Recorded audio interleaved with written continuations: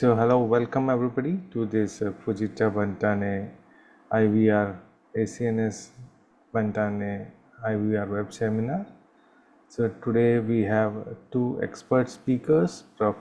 Tomoyuki Tsumoto from Japan, who will be talking about usefulness of intraoperative AI assist during transarterial embolization for dural AVF, and Prof. Erhan Türkoglu from Turkey will be talking about the strategic decision making, choosing between open, endovascular or hybrid approaches. We have Prof. Minzilki Vardikoye from Kazakhstan, and we're waiting for Prof. Itichai Sakuranchai to join us. Okay, Prof. Tsumoto, then we can start with your presentation. Okay.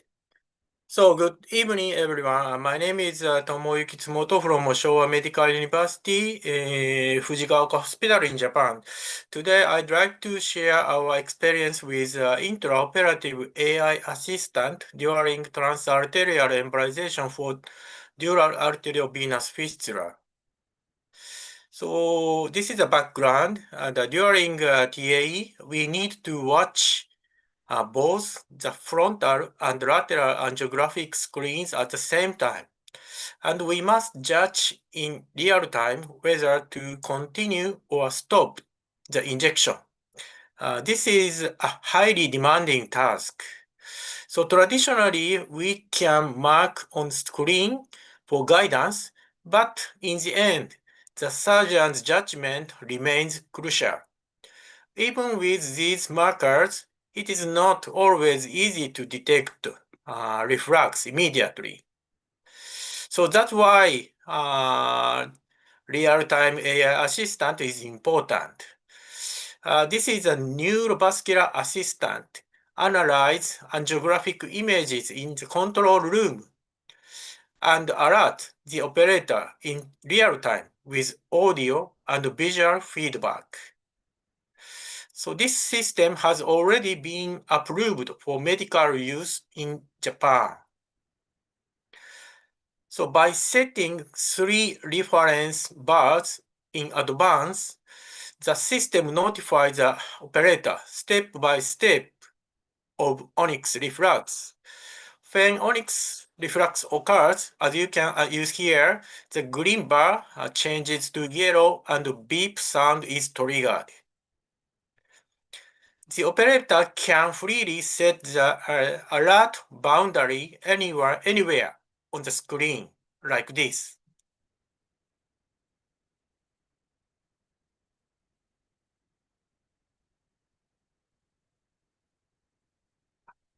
And this system analyzes both the frontal and lateral views simultaneously.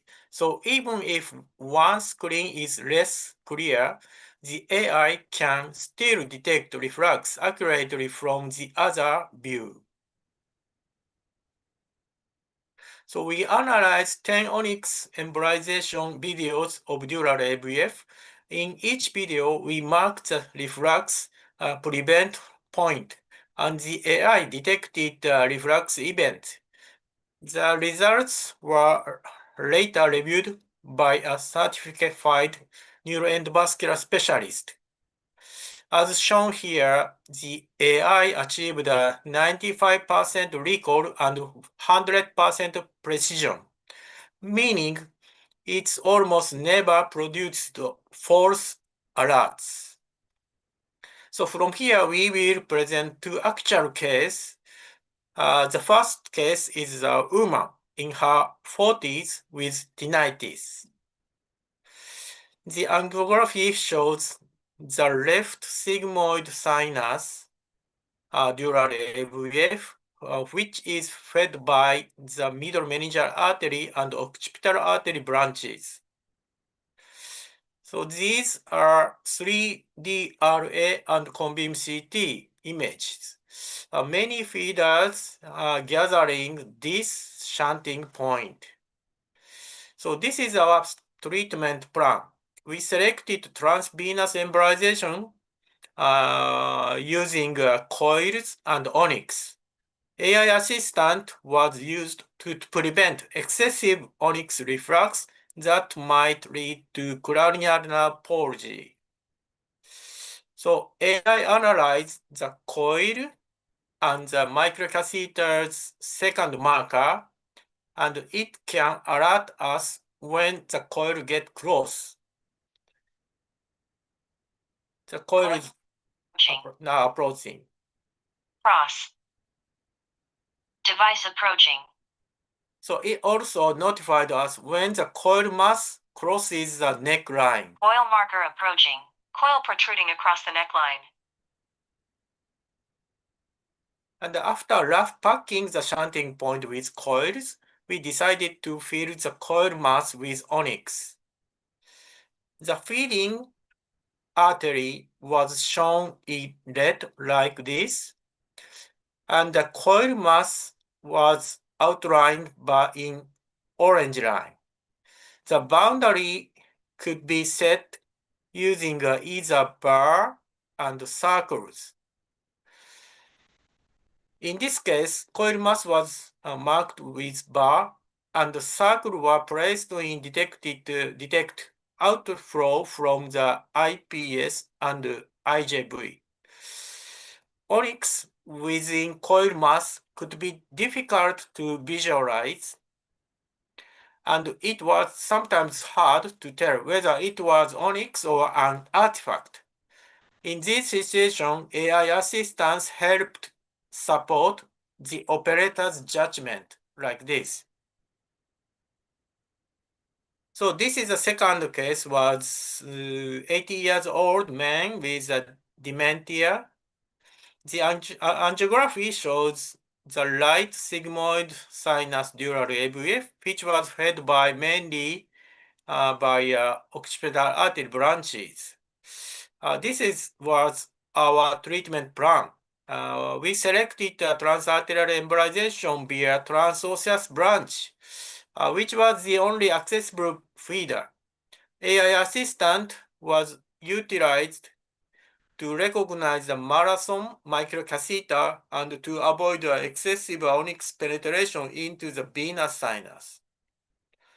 AI recognized the marker on the marathon catheter and notifies the operator with a red circle. Here is a red circle. This helps ensure the markers are detected even at low magnification, thereby enhancing safety.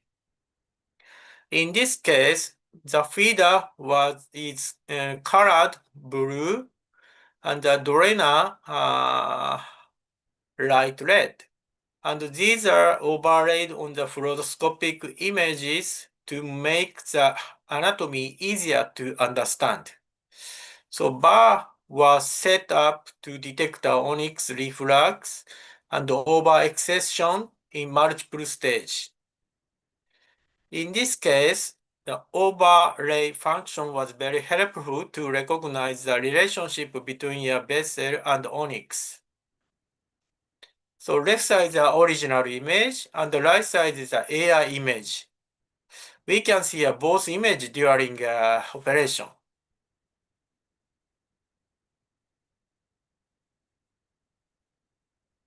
So the number of hospitals using this system is rapidly increasing in Japan and the United States. Currently, 14 institutions, including 9 university hospitals, have introduced the AI support system. Across multiple endovascular procedures, the AI has shown a high precision and recall rate, and almost all notifications were considered clinically useful by operators. So in summary, AI recognition is highly accurate for detecting reflux during dural AVF treatment. It provides real-time visual and audible guidance that supports intraoperative decision-making. Especially in facilities with fewer cases, AI assistant may help reduce complication and improve safety. Thank you very much for hearing.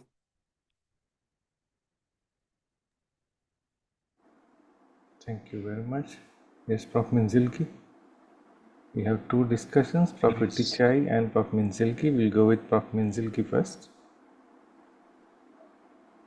Thank you for your presentation, and it looked like a very precise system. From my point, this AI looks like very accurate, and the only point, was it sometimes under embolization because of the notification of the system? Because over embolization is understandable, but if the system is notified, but the case was not completely occluded, have you seen the similar cases? When the system said, yes, there is an error, but it was under embolization, not over. You mentioned incomplete cure about. Yes, incomplete cure, yes. As you said, we detected over reflux or over extension of onyx. We can detect. And the margin of the over extension should be adjusted by the physician, yes? Yes. Yes. Okay. And in our practice, we are dealing with the patients under local anesthesia. Dural fistula embolization usually under general anesthesia, and there is no problem. But you mentioned there is a carotid artery stenting, which is under local anesthesia. What is the patient's sensation about the system? They're also hearing the notification. As you said, yes, under local anesthesia, patients sometimes move, so it is sometimes difficult to detect neckline or something, as you said. So general anesthesia is recommended for this system. Because the system is more accurate, and in some cases it could be the surgeon may miss some movement, and the system could notice, and the patient may understand incorrect, and it may cause some problem in the future. Isn't it? Yes. Maybe. Really? Okay. Maybe so. We recommend surgery under general anesthesia. Okay. We have Tichai with us. Prof. Tichai, would you like to say something? Or even our guest Vishwas? Yes. Yes. Can you hear me? Yes, Yes. Prof. Tichai. Yes, go ahead. Yeah. Sorry to came late because from my emergency cases. Thank you, Professor Tsumoto, that you mentioned about the AI assisted for the treatment of dural AVF.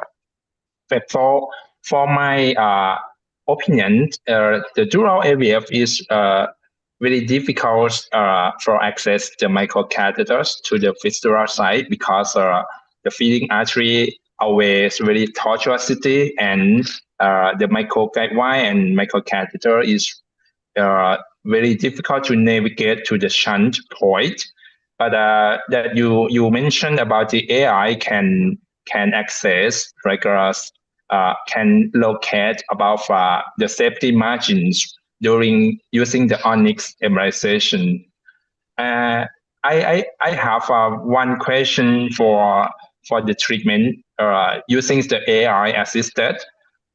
Professor Tsumoto, do you have the experience to use like a few embolization instead of the onyx, because the film material is really difficult to see during we embolize this material. Maybe the reflux and the polymerization of the field is really fast, more than the onyx. How you can have about the treatment strategy using the field instead of the onyx using the AI assistant, Professor? Okay, so I'm sorry, we don't have any experience about the field because field is not approved in Japan. So it is difficult to say, but if we have many cases with embolization with field, AI may study many cases from field case. So it may sometimes acquire the recognition of field. Yes, thank you, Professor. And for another one question, you mentioned you use a marathon microcatheters. Yeah. This is Yeah. this is non-detachable, but do you have some problem with you use the Apollo microcatheter detachable, like a premature detachment during your access about the feeding artery that very tortuosity cause?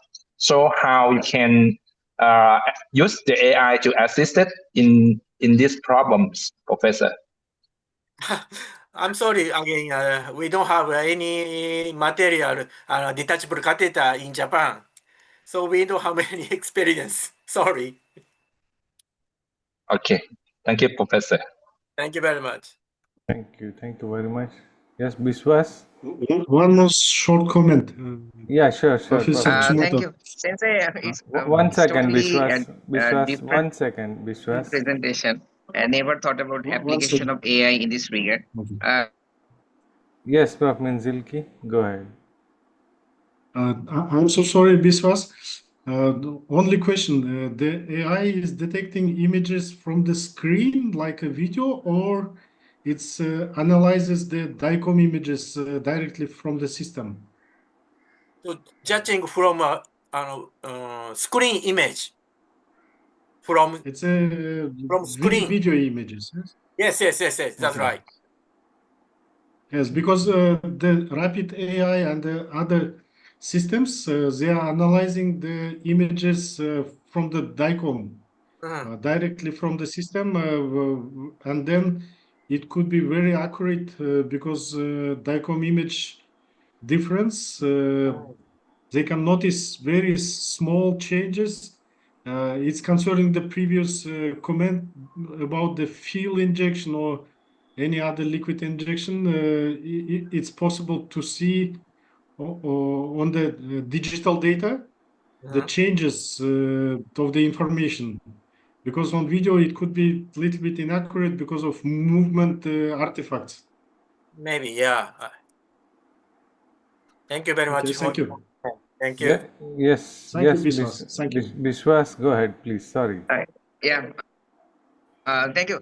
Sensei, how to take the AI markers in the NGO suite? I mean, from the roadmap or 3D image. This is number question. And sometimes we have to change the angle, even with the A plane and B plane. In both plane, we have to change the angle. If you change the angle, in that case, do you have to fix the AI marker in both in every time you change the angle? If we can change the angle, AI can detect a marker automatically. Automatically. I mean, Yes. you fix the AI marker just for one time, and every time it works if you change the angle. Yes. You fix the AI marker with a different tool. I mean, software. Like we use the Siemens cath lab. It's a biplane cath lab. So how can we incorporate that AI system in our cath lab? Yes, because this AI system is judging from just an image, just a screen. So this machine is applied to any kind of angio machine. But it's a different software that can be incorporated. Different system, not comparated in angio machine. The separate one. A separate one. Yeah, okay. Okay, so very different presentation. Thank you. Thank you so much. Thank you very much. Thank you. Thank you very much. It was wonderful indeed. Now we can go to our second presentation by Prof. Erhan Türkoglu. Prof. Erhan.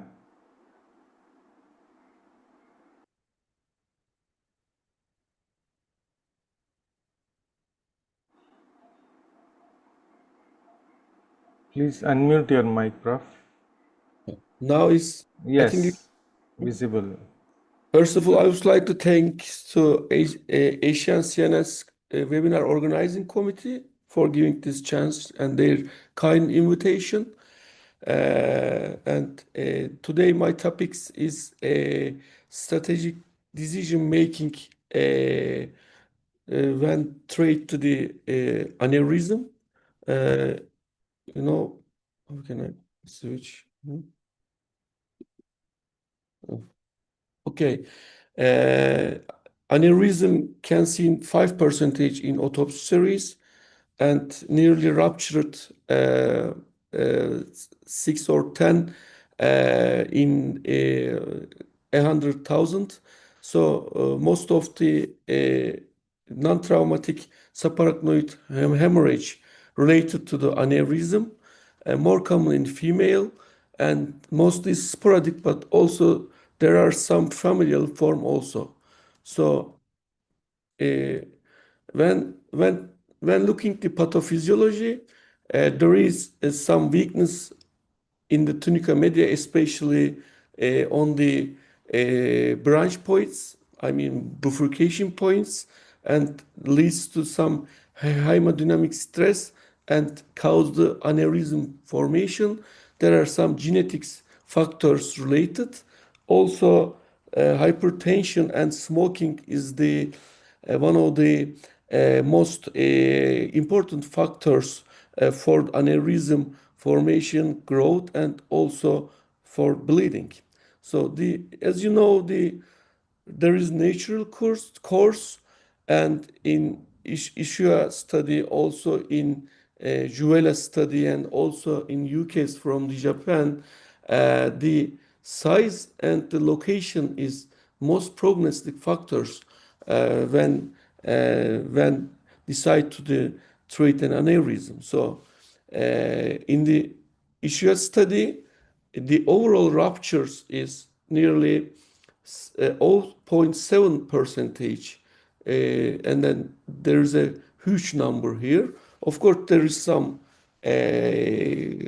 drawbacks related to the study limitation, like retrospective, there is not randomized, not blind, but the overall the rupture risk is near here.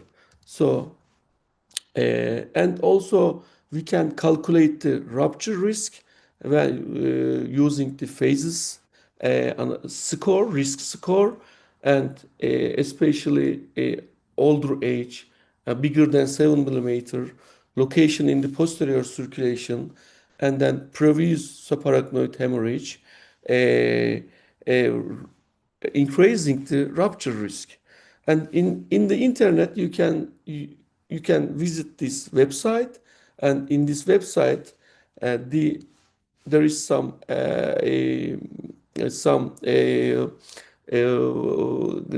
sheet, and these sheets related to the patients, and there are some questions and then related to the aneurysm, some giving the information, and calculate the 5 years or maybe more rupture risk according to UCA UK's phases. You can visit and you can calculate the rupture risk, and you can talk to patient for the rupture risk in 5 years. Presentation, as you know, mostly subarachnoid hemorrhage, but also the patient can present hemiparesis, seizure, cranial nerve palsy, cavernous sinus syndrome, and it depends on the size and the thrombosis inside the aneurysm, even some compressions to the brainstem, and stroke, most of them also, especially the fusiform and the giant aneurysm also can cause some ischemic attacks. So the CT angio, MR angio, and of course DSA is the very important tools for the diagnosis. And there is two options: follow-up, microsurgery, or endovascular treatment. So the treatment techniques and management guidelines for the intracranial aneurysm continue to evolve in recent years. Even rapid developments have forced the clinicians to adapt their surgical decision making. So, as you know, we started the microsurgical treatment around 1930, and after clipping by the Walter Dandy first clip, and then Yaşargil described the microscope-assisted open techniques, especially the Sylvian dissection with the preterional craniotomy around 1975. So we as a neurosurgeon, we are continue the microsurgical treatment of the intracranial aneurysm.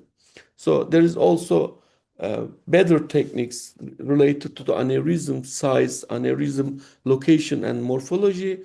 Just simple clipping, some bypass technique you can include, and also we can use the hybrid technique. I mean, in true OR, true hybrid OR, all or separate angio suite and the operating room. You can use the hybrid treatment technique for the aneurysm cure. So endovascular treatment is also increasing faster than the microsurgical techniques because of there is a huge industry on the on background and force the physicians to the most of the endovascular techniques actually. So and after the ISET study, as you know, it is the endovascular treatments became more popular, especially when compare the microsurgical treatment and the endovascular treatment for in the early period for the morbidity and the mortality rates was the better in the endovascular treatment arm. It just with the simple coiling, but as you know, the most drawback for the ISET treatment was the recanalization and retreatment rate was very high, and the aneurysm will come again in the future. So, but now in the market, you can find very nice intracranial stent, open or closed cell type, even flow diverter, even intrasaccular devices. So these equipment make the endovascular treatments more durable, increasing the obliteration rate and decreasing the retreatment rate. So one of the endovascular treatment technique is primary coiling, then packing to the aneurysm and using the detachable platinum wires, and this is resulting the thrombus inside the aneurysm and also some granulation tissue formation, and limit the blood circulation to the intra-aneurysmal sac. So what is the risk factors for recurrence after the primary coiling? Large size, intraluminal thrombus, low packing density, incomplete occlusion, and the follow-up duration is very important also. In 1 year, 2 years, 3 years, maybe there is no problem. And on the 4th years, you can you can see the recanalization of the aneurysm again. So the acute treatment is also one of the risk factors, and location on the posterior circulation is other risk factors for the recurrence. So one major complication is thromboembolism, as perforation, rebleeding, parent artery obstruction, collapsed coils, coil malposition, and coil migration. They are the major complication associated with the coiling. So, and balloon is another choice for the coiling, and the especially compliant balloon is inflated to the parent vessel and then create the temporary aneurysmal neck, and then in this way you can coil the aneurysm, and you can make the first frame easy and then prevent the prolapse to the coil to the parent vessels. So as you know, if you cannot use the balloon is very well, you can rupture, and then the rupturing to the and then causing the bleeding with the balloon is and extravasation is a very if you are not very careful, it's very easy. So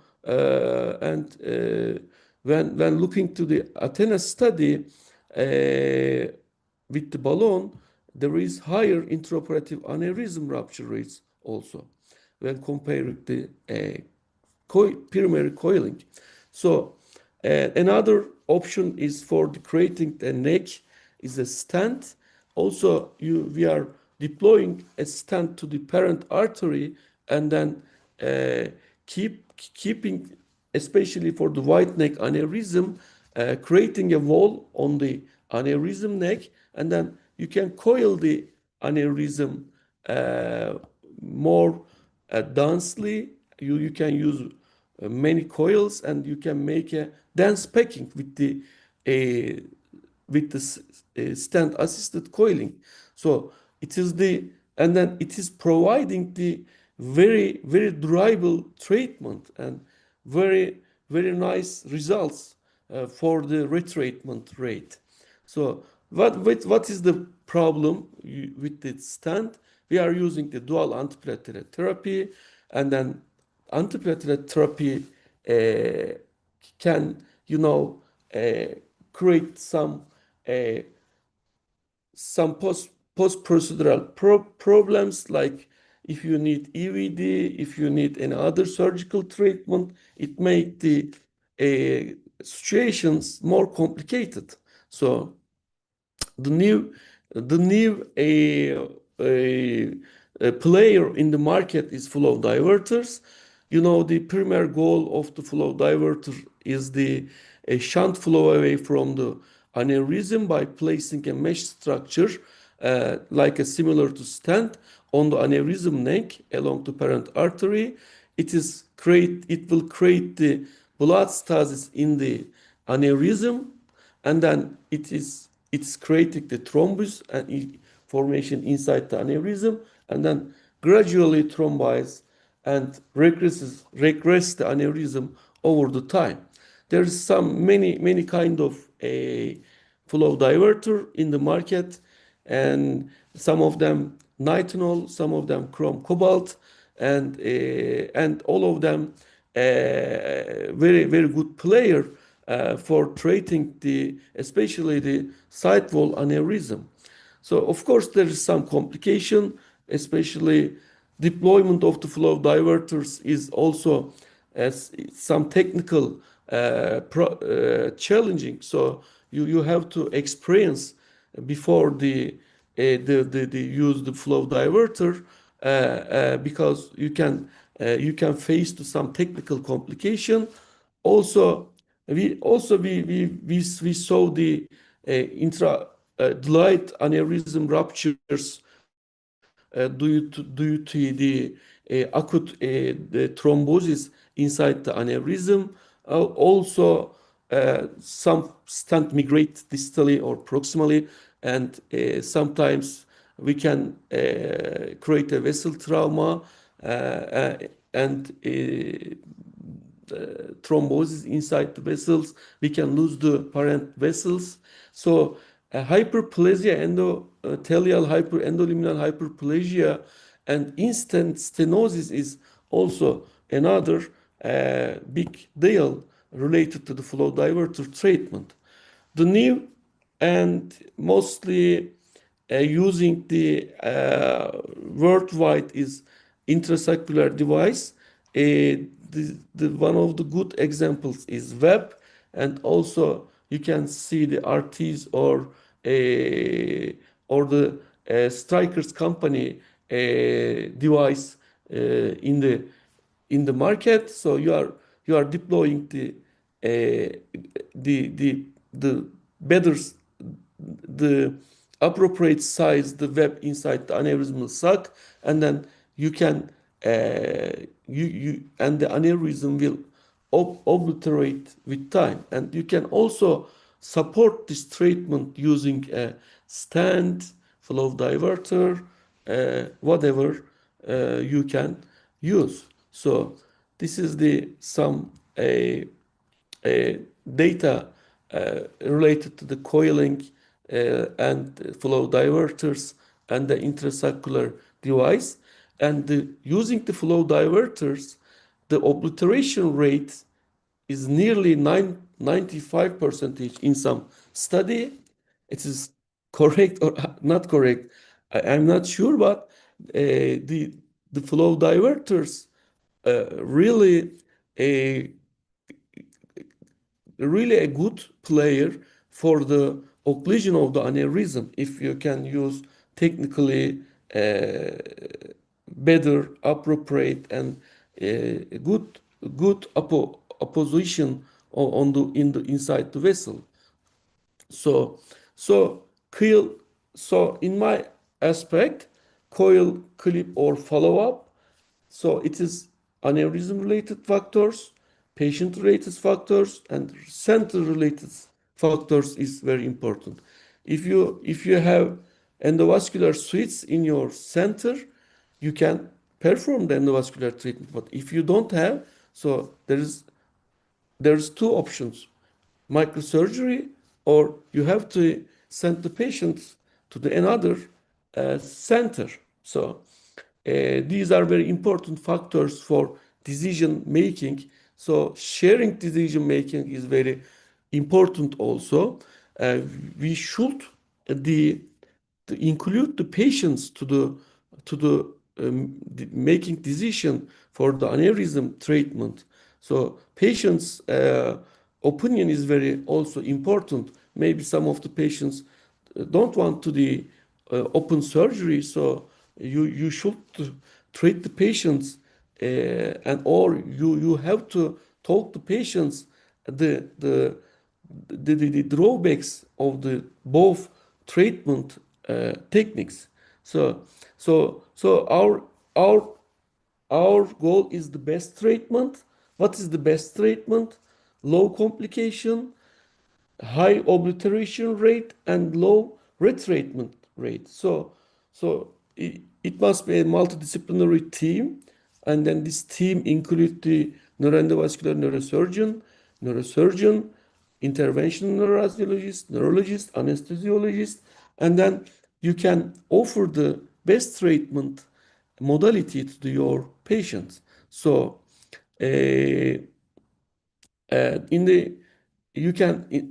on the literature, there is many trial related to the flow diverter, intrasaccular device. Even there is some silicone models, and then silicone trials also.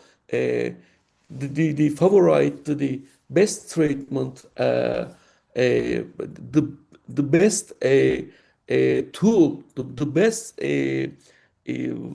device in the market. So even in the middle cerebral artery aneurysm, some of the even very nice for the clip, very clippable aneurysm, some of the guys deploying the flow diverter from the dominant M2 to the M1 and then waiting this aneurysm obliteration in 5 years. I am asking you how logical, how ethical this, and the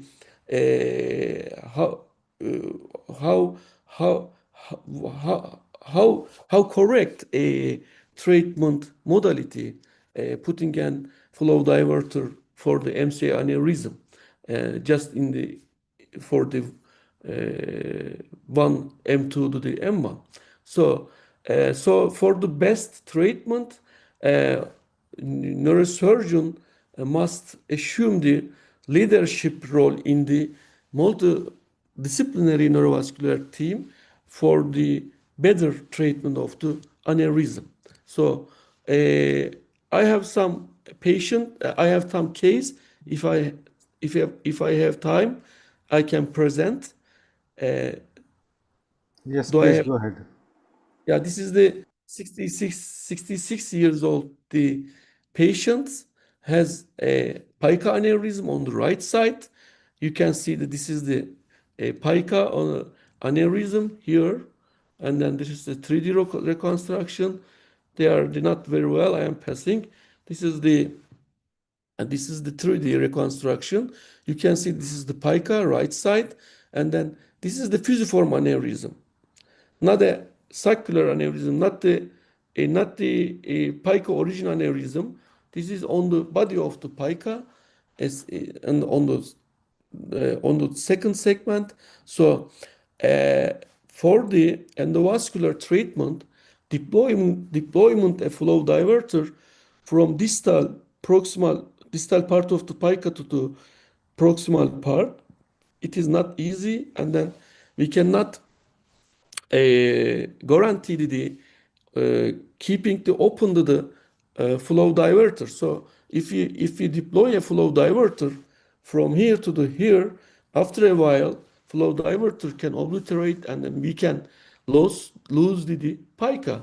So for this region, and then I couldn't show you, but there is narrowing here also. This is very narrow. So we decided to switch to microsurgical clipping. First, we decide to pica to pica side aneurysm and trapping the pica, but the patient neck is very short, and the distance to the pica bypass is very deep. So we decided to then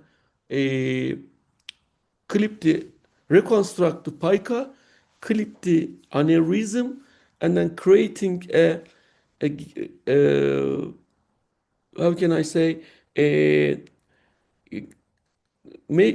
creating a neck. I mean, giving a little bit, remaining a little bit neck, and then clip the fusiform aneurysm. This is the pica, this is the brainstem, this is the aneurysm, this is we don't know this is input or output. It can be input or output. We will see in a short. We are putting a temporary clipping, and now we show the other part of the pica.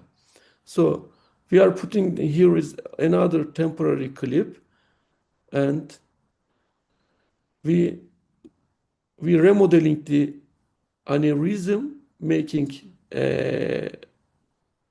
smaller, remodel, obliterate, under the coagulation, remodeling with the bipolar coagulation. During the bipolar coagulation is already ruptured, and then we are clipping the aneurysm and remaining a little bit neck for the filling the pica better. So after the treatment, no aneurysm, and then the patient survives is very well.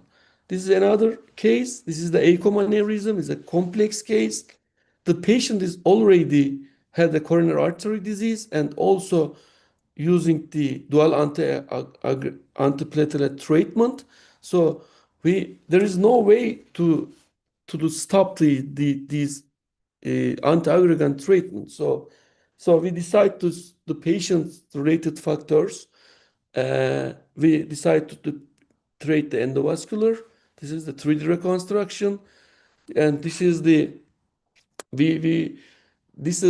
one of the stent for the microcatheter for the stent.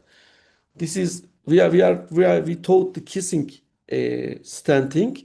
So we on the right side, left A1 to the right A2, and right A1 to the left A2. Yes, and the coming here to and then passing the A2 was not easy.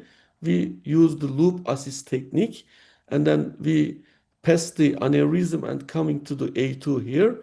We deploy stent and open like anchoring to the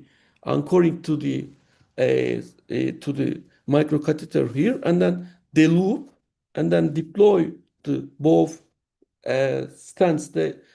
Some of them Elvis Evo, and probably some of his Elvis, and then the coiling the aneurysm. And this is another case. It's a very huge, nearly 3 centimeter supraclinoid ICA aneurysm, ophthalmic segment aneurysm. You cannot see the distal filling is not good because of the aneurysm is very huge. So in the microsurgical techniques, this is very complicated. So we have to be ready for the bypass, even high flow bypass, and ICA to the M1, M2 bypass. So it is complicated actually, and we decide to, and we talk with the patient. Is a very young lady. We can treat with just coiling the aneurysm. This is the balloon test. If there is some problems on the ICA, we check the cross circulation, and then start the coiling, and just coiling, nothing else. So after 3 years, this is still aneurysm is good, and then distal is very well, feeling very well, and then a slightly a brainstem compression. There is no problem. It's even as a neurosurgeon, it is 3 centimeter mass, and then if we saw this mass, we are coming and then we are taking out this mass. But this is coil mass, and there is not creating the mesh effect. Yes, we are showing in some cases like periodema, perilesional edema, very intractable edema, compression. But for this patient, fortunately, there is no problem, slightly mesencephalon compression, and then the patient's balance is very well, and then no blurry vision anymore. There is no ophthalmologic problem, and the patient survives very well. And then we are still on follow-up. We are offering at least 5 years follow-up with the DSA, and the aneurysm recanalized. We will sit, and then we will discuss the treatment option. This is another case, superior cerebellar artery aneurysm, very, very bad vascular structures because of the hypercholesterolemia. The patient has previously cardiovascular surgery many times stenting because of the stenosis of some vessels. Even that is not easy to do to do diagnostic angiography also because of the tortuosity of the supraaortic arc. So we can take the only right common carotid artery injection. On the other hand, no vertebral artery injection, no way to the access. So this is on the CT angiography, you can see there is a right side superior cerebellar artery origin aneurysm. The patient is very anxious, and then very, very, very afraid of the rupture, even slight headache. The patient's coming to the urgent clinic and then checking the CT scan, something. So we offer the patient the clipping to the superior cerebellar artery aneurysm. So now we are taking the anterior clinoid process. This is the anterior clinoidectomy. After anterior clinoidectomy, we open the sylvian fissure. This is the Liliequist membrane. We are open to Liliequist membrane. This is the basilar artery. There is aneurysm inside here. This is the ICA. This is the aneurysm. Just going to the further dissection, and then this is superior cerebellar artery and aneurysm here, and just a simple clipping, and then after clipping the aneurysm, that is all. The patient cure, and then there is no complication, and then going to her life is very happy. So this is subarachnoid hemorrhage case, and this is the left side ICA apex aneurysm. Also, there is aneurysm here, ophthalmic segment. This is the ICA apex aneurysm here, very ugly aneurysm, has daughter bleb on the aneurysm sac, and this is the other right ICA injection of the same patient. There is also right MCA aneurysm. So we know the apex aneurysm rupture. So we coiled the aneurysm, and also the other aneurysm we coiled on the same way. So after coiling, we know this coil pack is not very dense, so we know the aneurysm will come back again. But in that time, in 1 month, we will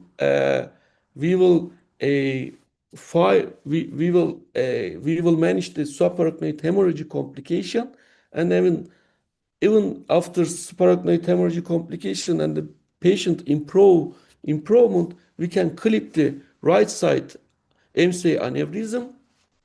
This is the right side MCA aneurysm. We are making the sylvian dissection. This is the aneurysm. This is M2. One of the M2 is here. This is the M1. And then clip the aneurysm. And then checking with the Doppler. And also, fluorescein video angiography is also very helpful.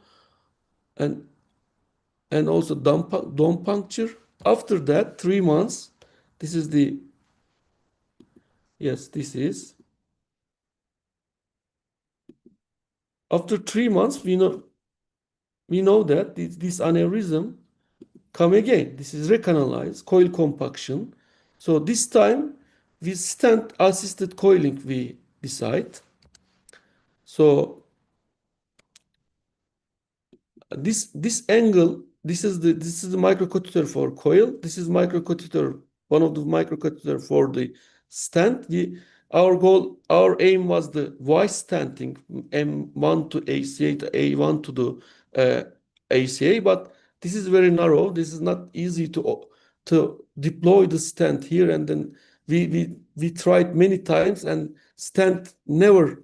This angle is so hard, and then stent is never open very well. So we decided to come to cross circulation on the right side to the left side, like here, and then deploy a stent from M1 to the A1.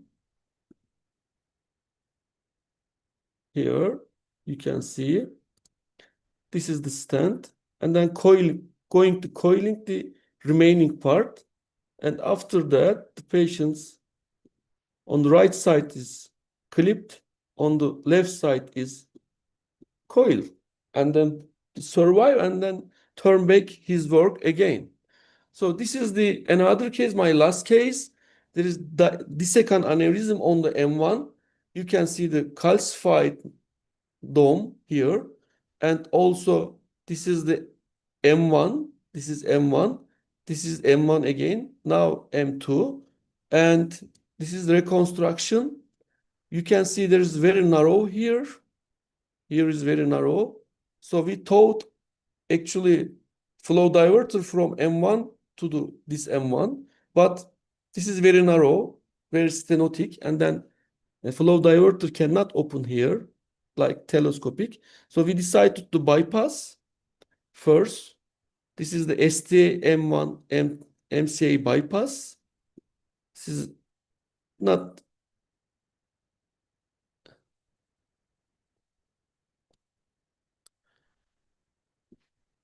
This is not very yes, this is regular surgery. So after the bypass, we take the patient to the angiography suite, and then we check the bypass patency with the inflating the balloon on the right side, and then take the images from the external carotid artery, and then we came here on the output of the dissecant aneurysm and deploy a web inside the aneurysm. This is the web, and actually we want to do also a coil to the inside of the aneurysm, like just here, but this is very narrow, and during our manipulation, navigating to the microcatheter and micro guide wire, after deploying to the web, this is probably dissected and then closed the aneurysm. There is no aneurysm here. So this is the after Dyna CT of the in the angio suite. This is here, that was the aneurysm here. This is the M1, and there is here, this is our bypass. It's working very well, very good distal filling, and then the patient is very well, and seizure is under control, and then no deficits, he can start his school again. So we are also using some redefining surgery tools using the AI and 3D innovation. This is we are calling the Personavi. We are personalized surgical anatomy visualization platform. This one, we are taking the MRI and CT scans in the patient specific 3 anatomical models through to advanced artificial intelligence. So these models are very helpful for us. This is the MCA aneurysm, you can see here, and then this is the Personavi of the 3D model of the aneurysm. So even during the surgery, we can use these models, and then especially for young neurosurgeon and for the residents, where is the Sylvian vein, where is the M1, where is the M2? It is very, very, very helpful. And these models specific to personalized to patient, and in the future it will be, I think, improved, and it will be very helpful for the surgical planning. So as conclusion, even in true or not, patient selection is very important. Best approach, best treatment is very important, and please use the new AI techniques for creating the for creating the better results for the aneurysm treatment. I would like to thank your attention. Thank you. Thank you very much. That was excellent. Yes, Prof. Minzilki. Thank you, Erhan. It's a nice presentation, and the preparation of the young generation is very crucial, and it's very important.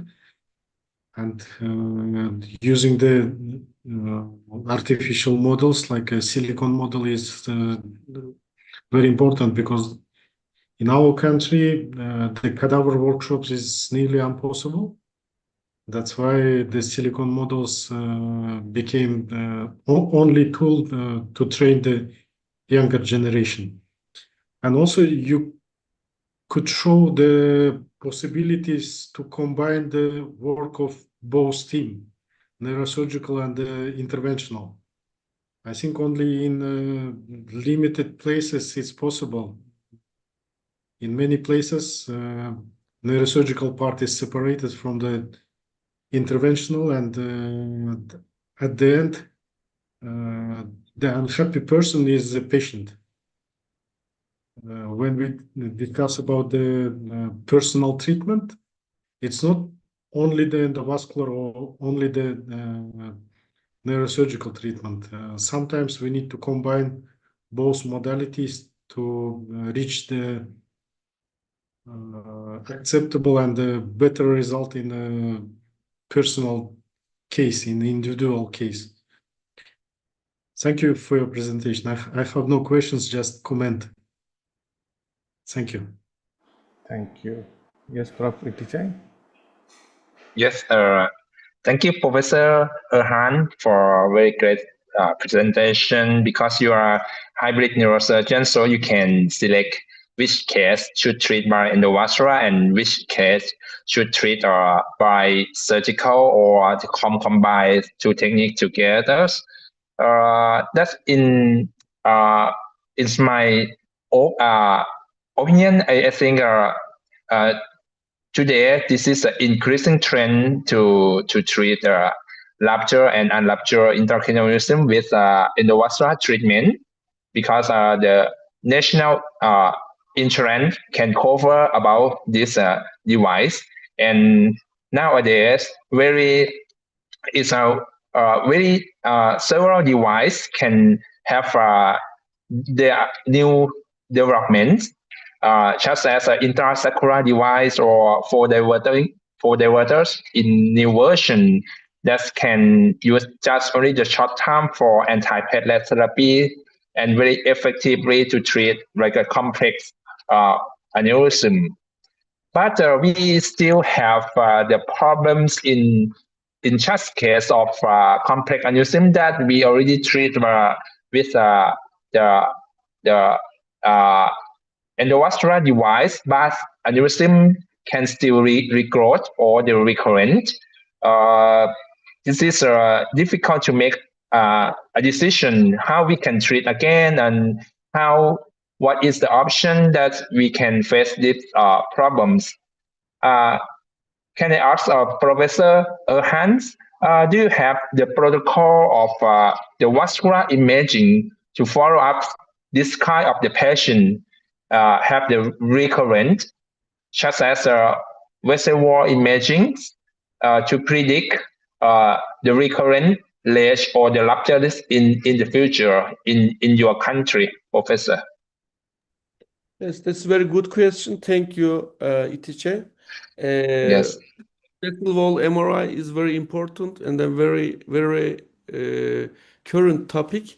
Unfortunately, we don't have the vessel wall MRI in regularly. I mean, yes, there is some experimental study for the aneurysms, more getting the more detailed informations related to the aneurysmal sac and aneurysmal wall.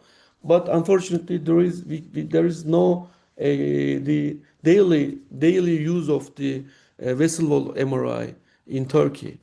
So such a complex case depends on of course the underlying disease, because some of the aneurysm we treat it endovascular or surgical or hybrid and then cure, but some of them always recurrence. You use every endovascular devices, coiling, a web, I mean the flow diverter, everything. In such a case, that is why we have we have the microsurgery has to survive, because this kind of aneurysm, of course, the hybrid techniques, but rather than hybrid techniques, bypass techniques is offering the better results. So you can, depends on the location of the aneurysm, of course, but if the ventricular striate or perforator free zone, you can trap the aneurysm using the bypass, and then you can cut the diseases segment of the vessels. So it will, I think, and for performing the better bypass, the best bypass, you should experience the microsurgery before. The bypass is next step. Okay, so we should leave the microsurgery. Yeah. So that is why I am always underlying highlighted the importance of the microsurgery. Yeah, I hope it is the answer to your question. Yeah. Thank you, Professor Erhan. Very good answer. Thank you.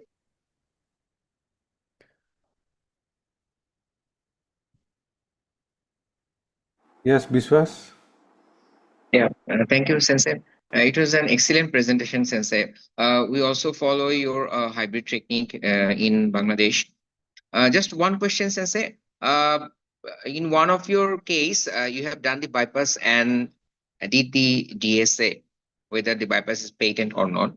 So did you do it in a hybrid or you have a different OR setup? I mean, the microvascular setup and also cath lab setup. Yes. And the Oh. second question is, what is your heparin protocol in such a case where you have to go again for microsurgery after DSA? Unfortunately, we don't have the true hybrid room. True means it must be DSA machine and all of the microsurgical equipment in the same room. Unfortunately, we don't have, but there's separate room. They are very near each other. Just next step, I can say, the operating room and then other room for the DSA. Yes. So heparin is very important. These bypass patients under aspirin and 100 milligram per day. During the endovascular procedure, no heparin. No, Okay. we don't give any heparin. Even sometimes we are taking the patient first DSA and then making something, deploy something, coiling sometimes, and then taking patient to OR. Or sometimes we are taking the patient OR, Yeah. performing bypass, and then taking the patients as a second step to the DSA unit. So in both scenario, there is no heparin. No Okay. heparin. Okay. Thank you, sir. Sir, is it possible to visit your center? Yeah, sure. Whenever you want, you can take my contact information. You can follow me on the social media also, and then you can write me. That's okay. Yeah, I appreciate it. Thank you. Thank Right, you, sir. thank you very much. Prof. Erhan, that was wonderful. I just want to ask one question. In that case of STMCA bypass, why didn't you consider a high flow bypass in that case? So this is a very nice question. I am very strong follower of the Farby Chapel. You know Farby, Farby Chapel from the Chicago. Freddie So Charbel, Illinois.